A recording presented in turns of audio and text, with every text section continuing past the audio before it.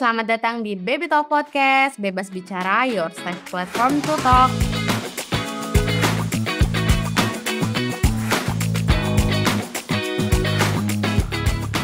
Aku Aul, host kalian hari ini dan aku bakal ajak babyku yang bakal dengerin podcast ini buat ngobrolin sesuatu yang super duper menarik dan penting banget soal ludruk dan identitas gender.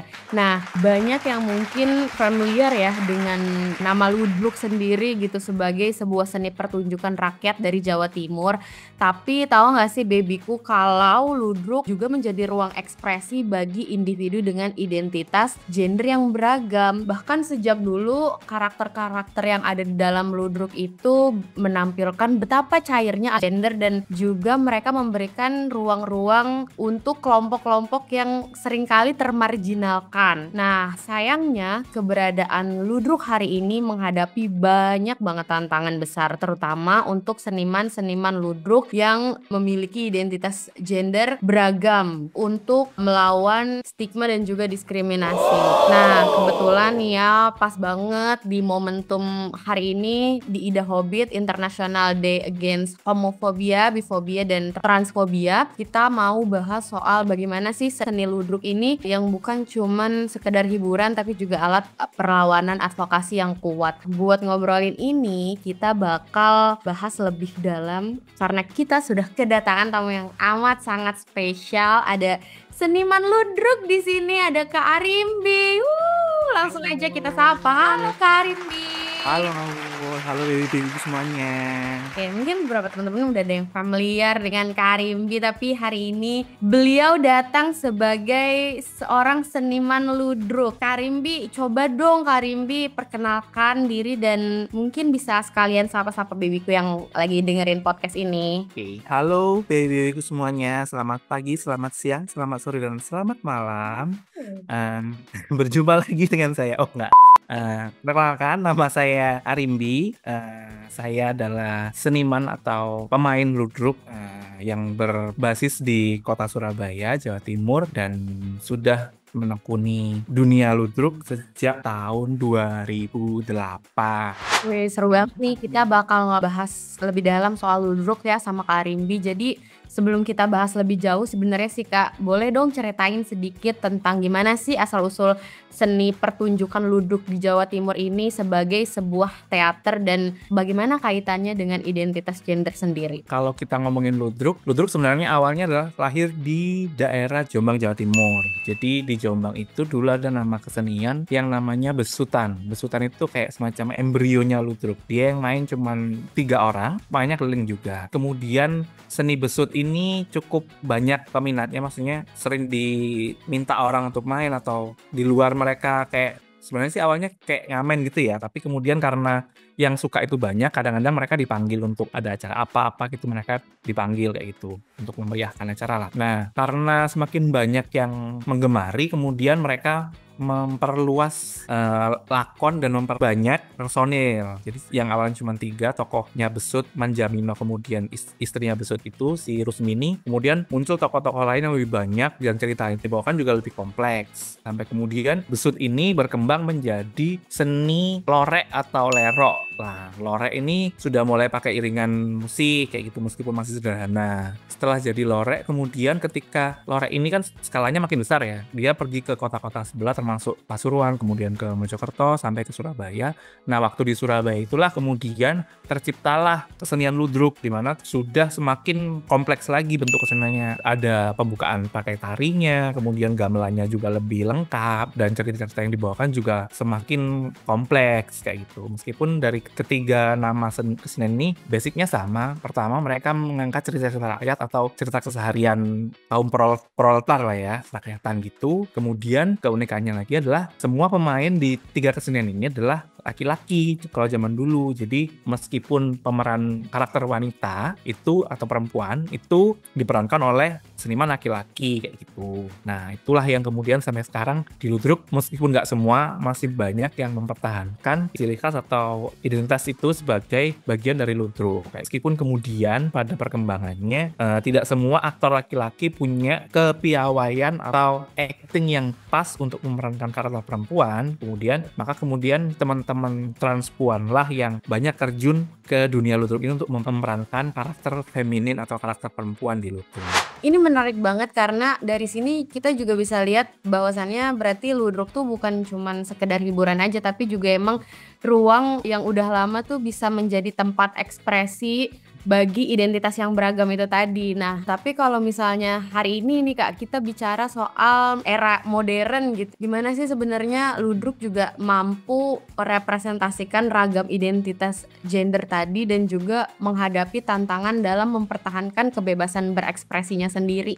Jadi kalau sekarang mungkin seperti kita ketahui bahwa sekarang kita berada di era di mana banyak sekali hal yang kemudian berbeda sedikit dihujat, perbedaan-perbedaan itu disingkirkan atau bahkan direpresi. Itu pun juga terjadi dalam dunia kesenian, terutama kita ngomong seni Ludruk ya. Ada beberapa kelompok Ludruk yang kemudian meninggalkan ciri khas Ludruk yang dimana pemainnya itu semuanya gender laki-laki atau kemudian semuanya harus tidak boleh ada perempuan di dalam Ludruk. Ada beberapa Ludruk yang kemudian meninggalkan pakem itu, tapi tidak sedikit juga Ludruk yang masih setia mempertahankan tradisi tersebut. Jadi misalnya di daerah seperti Malang, kemudian di daerah Ponorogo itu dari segi penonton pun mereka lebih memilih atau bahkan mereka menganggap kalau Ludruk itu ya awamnya adalah laki-laki dan perempuan. Kalau pakai perempuan beneran itu bukan Ludruk namanya. Jadi mereka nggak mau nonton kalau Ludruk itu ada perempuannya. Menurut mereka daya tarik Ludruk itu ya di situ. Ya mereka sukanya itu suka Ludruk karena hal itu. Jadi mereka nggak mau kayak merubah pakem yang itu. Tapi tentu saja kemudian ada juga yang mulai meninggalkan karena di beberapa daerah juga mereka menganggap bahwa adalah tidak pantas untuk seorang laki-laki berdalam menjadi perempuan seperti itu. Lah, ya kita tahu lah alasannya kenapa kayak gitu, pasti terkait ya moral lah, agama lah, apa lagi. Jadi sebenarnya ada sudah yang meninggalkan, tapi banyak juga sih yang masih mempertahankan pakem itu. Tapi kemudian nah itu kan juga kembali lagi sebenarnya aku melihatnya itu dari sisi pasar ya, permintaan pasar. Karena di pasarnya sendiri juga ada pasar yang masih memegang teguh atau meminati tradisi travesti, kita sebutnya travesti ya, ketika pemain laki-laki kemudian memerankan peran sebaliknya atau cross gender itu. Ada pasar yang masih sangat meminati cross gender aktor, ada juga yang kayak sudah nggak mau kayak gitu. Jadi ya beberapa Ludruk tetap mengikuti pasarnya seperti itu sih. Berarti memang masih ada sebenarnya masyarakat yang ingin menikmati seni ini secara otentik gitu ya. Betul. Berarti sebenarnya juga ada perjuangan besar para seniman untuk menjaga atau melestarikan kesenian ini berarti ya. Nah, mungkin kalau misalnya kita lihat gitu ya Kak, secara lebih luas lagi, gimana masyarakat hari ini yang kalau tadi Kak Arimbi bilang mengedepankan moral, terus juga masih banyak yang punya perspektif yang heteronormatif gitu kan, atau bahkan kadang juga hipokrit terhadap isu ini, isu keberagaman gender dan seksualitas. Gimana sih sebenarnya Ludruk itu juga bisa merepresentasikan identitas queer sendiri? Misalnya ada nggak ya karakter-karakter atau dalam cerita itu yang menggambarkan misalnya pasangan sama jenis, atau tadi Kak Arim juga udah ngejelasin ada cross gender. Adakah memang karakter trans dalam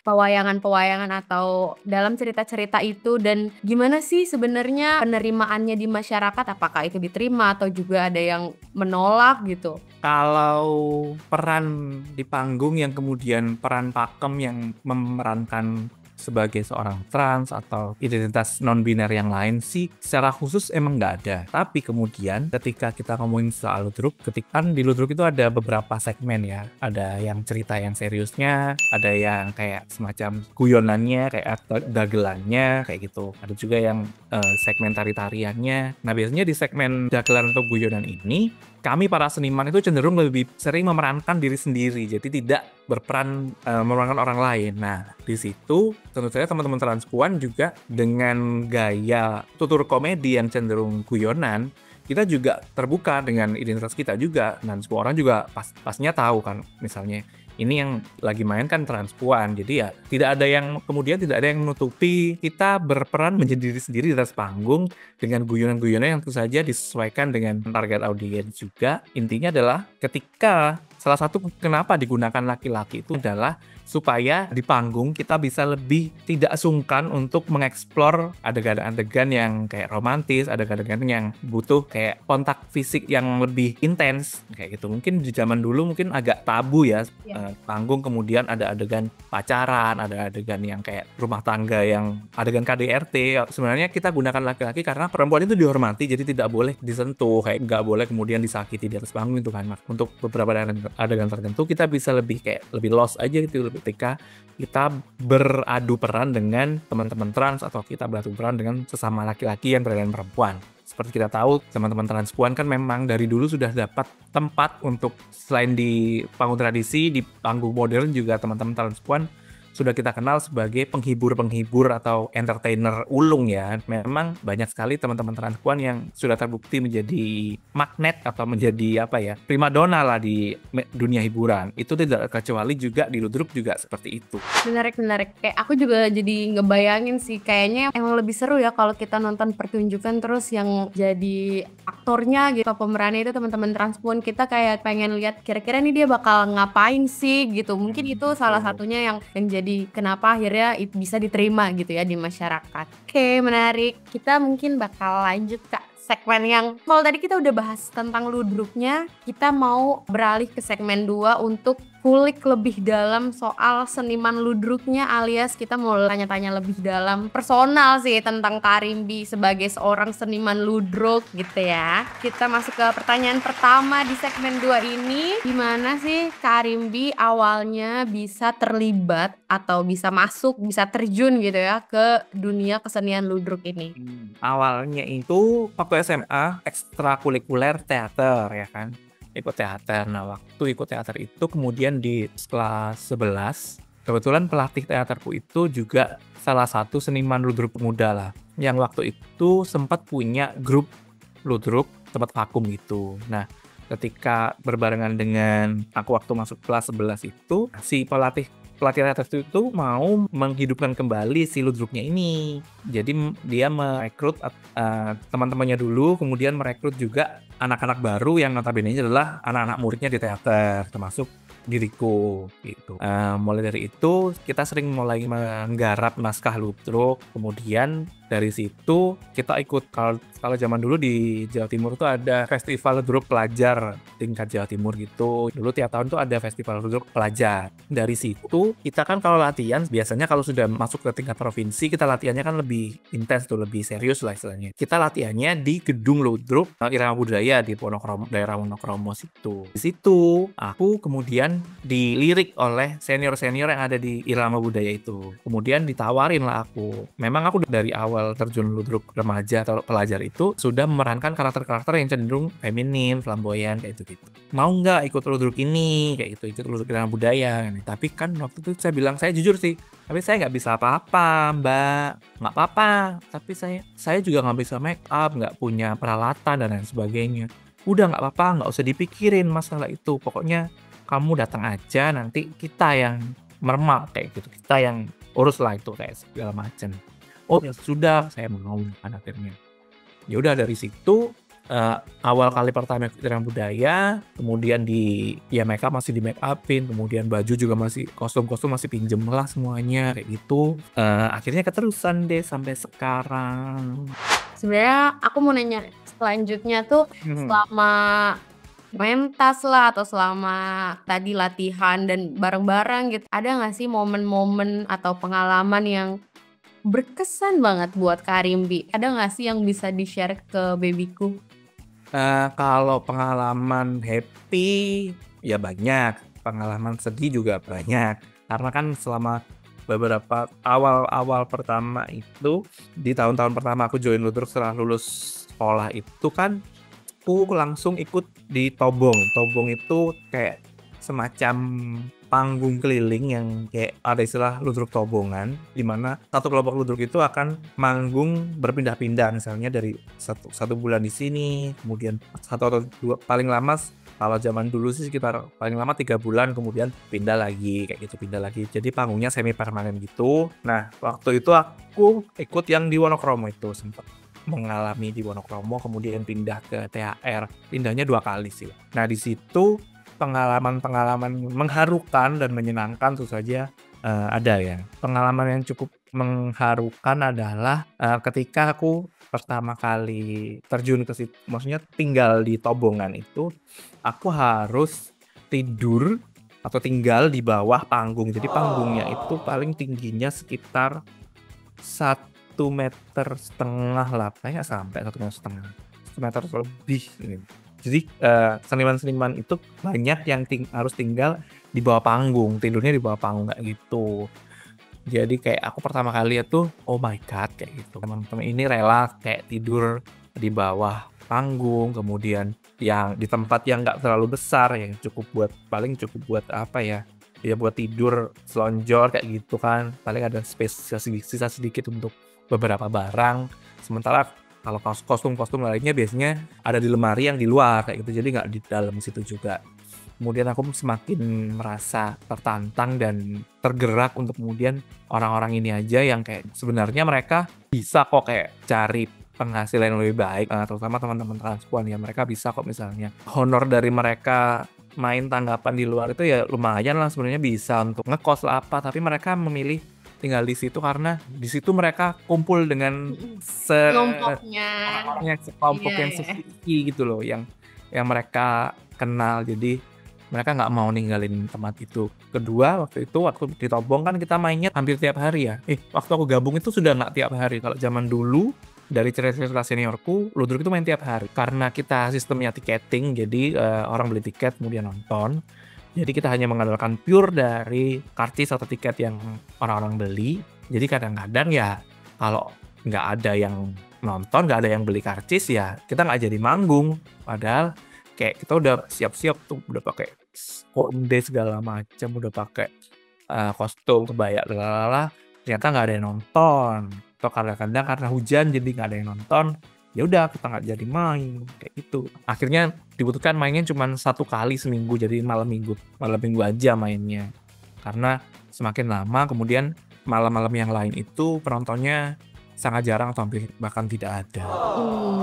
Berarti kalau kemarin tuh aku menemukan sebuah artikel, Kak. Di artikel itu dituliskan bahwa seniman-seniman ludruk sendiri ketika mereka tadi ya nampil itu cuman dibayar 5-10 ribu itu. Nah, itu tuh mitos atau fakta, dan apakah itu masih relevan untuk di tahun 2025 ini? Nah, misalnya itu masih relevan, kira-kira apa sih yang bikin seniman-seniman ludruk ini sih mau bertahan untuk melestarikan kesenian dan kebudayaan ini? Itu fakta sampai tahun 2018. Jadi ya nggak terlalu lama lah ya. Kita ngomongin Ludruk Tobong yang sistem tiketing tadi. Nah, anggap aja lah pemain Ludruk itu personelnya kira-kira kurang lebih 20 orang lah, paling sedikit 20 orang. Waktu tiket dijual Rp5.000.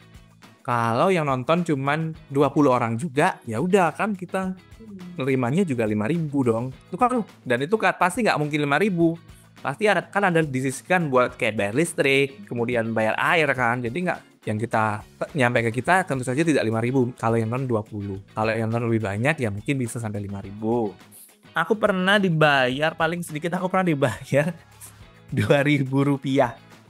Tahun berapa itu, Kak? Awal-awal aku ikut sih kayak tahun 2008, 2010-an lah. 2010 itu pernah dibayar Rp2.000.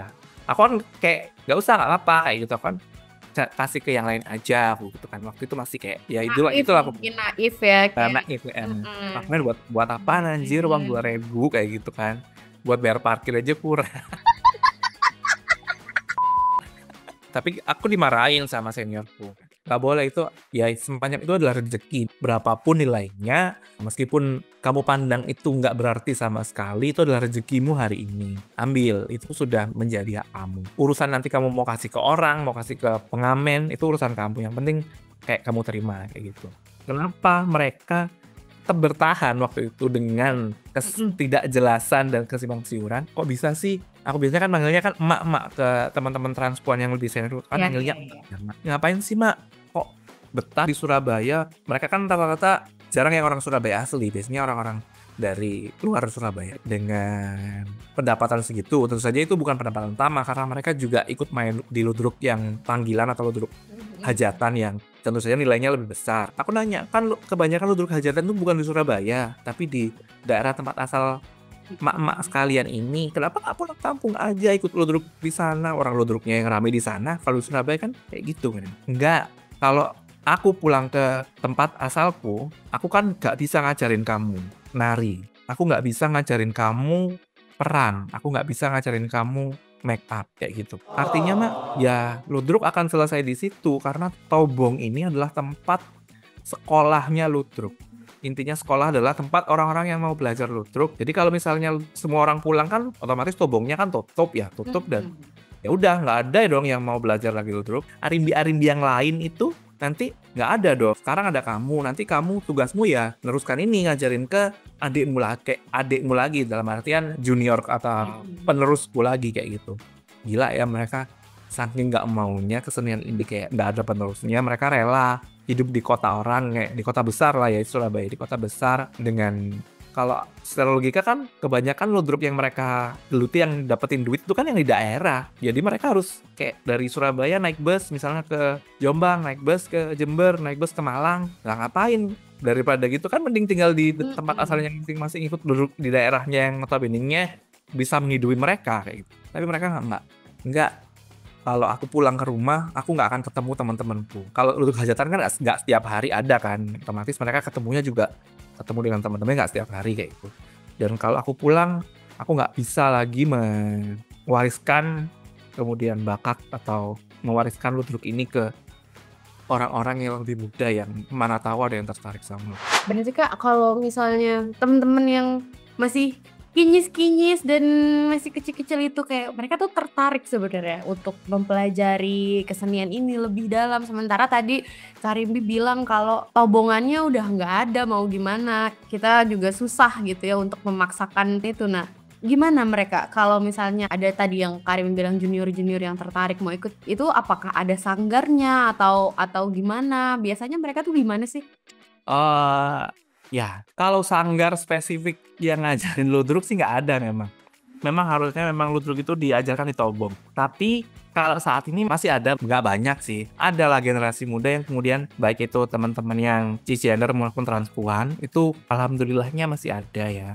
Tapi kemudian ya itu wadah untuk belajarnya itu yang kurang karena sudah tidak ada Tobong lagi di seantero Jawa. Ada sih, cuman tinggal satu Tobong di Jawa Timur ini di Ponorogo kayak gitu. Kan cuma satu ya untuk skala seluruh provinsi kayak gitu. Jadi kemudian untuk anak-anak baru yang baru meletek atau baru pengen terjun ke ludruk itu belajarnya ya nggak utuh gitu.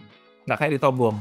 Kalau di Tobong kita bisa belajar utuh mulai dari tari, kemudian seni suara, seni peran, seni acting.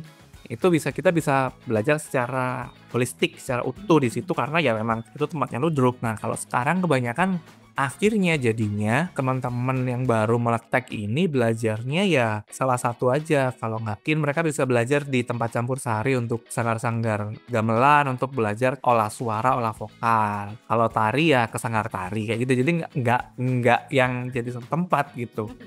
Kalau di Tobong kan whole package gitu kan. Kalau dari teater mungkin, oh ya ini dari segi pemeranannya kayak gitu.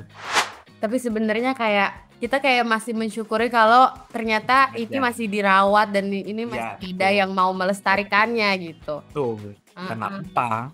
Intinya masih ada yang mau untuk meneruskan tuh juga sudah bersyukur sekali. Iya benar. Ngerti banget sih maksudnya kayak ya di zaman yang tadi ya era serba modern, digital, kita masih merasa bersyukur karena masih ada yang mau melestarikan kesenian ini.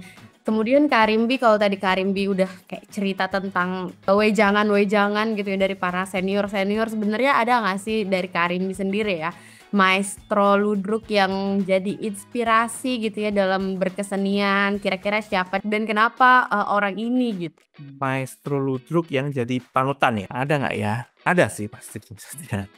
Kalau maestro ludruk yang jadi panutan itu adalah yang pertama itu beliau adalah almarhum, dia komedian juga cross dresser, cross gender aktor juga, adalah almarhum Karjo ACDC, itu nampaknya Karjo ACDC waktu itu sih yang karena aku emang lebih suka di pemeranan karena basicku juga teater, jadi aku lebih ngefannya ke kayak pelawak, komedian, dan aktor. Jadi itu memang apa ya, salah satu pemain ludruk yang terkenal sampai kemudian main film juga maksudnya main beberapa film di ibu kota kayak gitu. Itu sih salah satu panutanku yang aku sering nonton untuk referensiku, meskipun nggak pernah ketemu secara langsung karena beda generasi dan jadi nggak pernah kayak aku ketika baru mulai ngelihat dia itu dia udah kayak udah tua kan, udah tua kemudian meninggal, jadi kayak belum pernah ketemu, tapi dari karya-karyanya itu aku suka banget, pengen deh bisa kayak gitu. Itu sih salah satunya.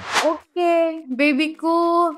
Mungkin itu tadi ya untuk kita pengulikan lebih dalam tentang gimana sih situasi dan kondisi ludruk hari ini, tantangan, apakah juga itu masih relevan dengan kita? Ternyata masih, dan ternyata juga masih ada orang-orang yang mau ikut melestarikan kesenian ini. Dan mungkin selanjutnya aku tuh mau nanya gitu ya ke Kak Rimbi, dan juga mau terima kasih juga sih sebenarnya karena nggak tahu nih aku nih seniman-seniman ludruk yang hari ini tuh sebenarnya masih banyak, tapi kan ya tadi ya Kak, karena tadi kita eranya udah digital dan lain-lain, apalagi orang-orang mungkin yang di luar Jawa Timur tuh kayak mungkin nggak begitu relevan dengan ini, tapi orang-orang pegiat seni tuh pengen tahu ini, terus gimana caranya biar tahu seni ini gitu kan. Dari obrolan aku dengan Kak Arimbi hari ini, seneng banget bisa ngobrol dan juga bisa belajar dari pengalaman yang sudah dirasakan sama Kak Arimbi, bagaimana juga tadi ya perjuangannya yang dari tidur di kolong panggung, yang pernah dialami sama teman-teman di kesenian ini juga. Semoga makin banyak yang sadar dan bisa mendukung seni ini. Mungkin untuk closing statement gitu ya Kak Rimbi, satu pertanyaan terakhir dari aku, sebagai seniman ludruk, ada nggak ya pesan yang ingin Kak Rimbi sampaikan mengenai bagaimana kesenian ini tuh penting untuk kita tetap merawat dan bisa merayakan identitas kita secara inklusif, dan juga bagaimana seni ludruk itu dapat mendukung teman-teman dari komunitas ragam gender dan seksualitas di Indonesia untuk bisa mengekspresikan apa yang mereka inginkan gitu. Apa yang bisa Kak Rimbi bagikan? Oke, pertama-tama karena ludruk ini adalah suatu kesenian yang sebenarnya adalah seni yang inovatif atau seni yang tidak punya pakem yang benar-benar pakem. Paling pakemnya ludruk itu kan cuman harus pakai iringan gamelan ini, kemudian harus ada tarinya, tapi di luar itu untuk ceritanya kan kita bebas berekspresi ya. Bahkan kami pernah bekerja sama dengan teman-teman di salah satu universitas jurusan sastra Indonesia itu.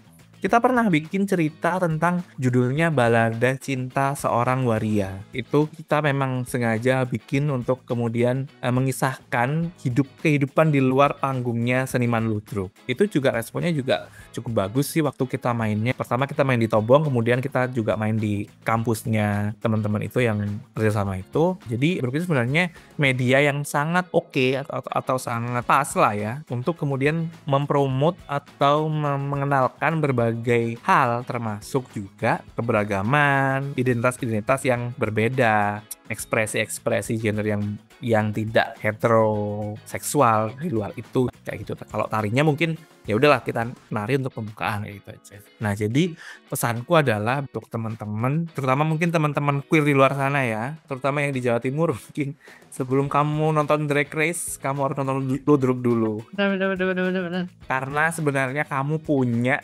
sejarah drag queen lebih tua daripada RuPaul Drag Race, RuPaul. Jadi sebelum kamu nonton Drag Race, kamu harus nonton ludruk dulu.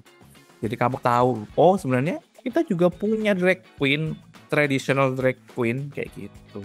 Dan pesanku buat teman-teman yang sudah terjun atau pengen terjun ke dunia ludruk, kita ciptakan suatu environment atau atmosfer yang positif. Dalam artian aku termasuk orang yang kurang nyaman ketika ketika promosi atau ketika advokasi itu lewat hal-hal yang tidak melihat efek pada teman-teman di akar rumput. Karena aku berasal dari teman-teman di akar rumput, aku paham banget aku paham banget kebijakan-kebijakan apa yang bisa muncul ketika kemudian orang-orang terlalu show off isu-isu sensitif semacam gender, seksualitas kayak gitu di ibu kota misalnya, ketika ada perayaan Pride Month yang berlebihan yang dengan geget-gemita segitu banyak, kemudian tanpa melihat efeknya di teman-teman akar rumput, itu tuh aku kurang begitu nyaman karena banyak kemudian teman-teman yang nggak tahu apa-apa kemudian di daerah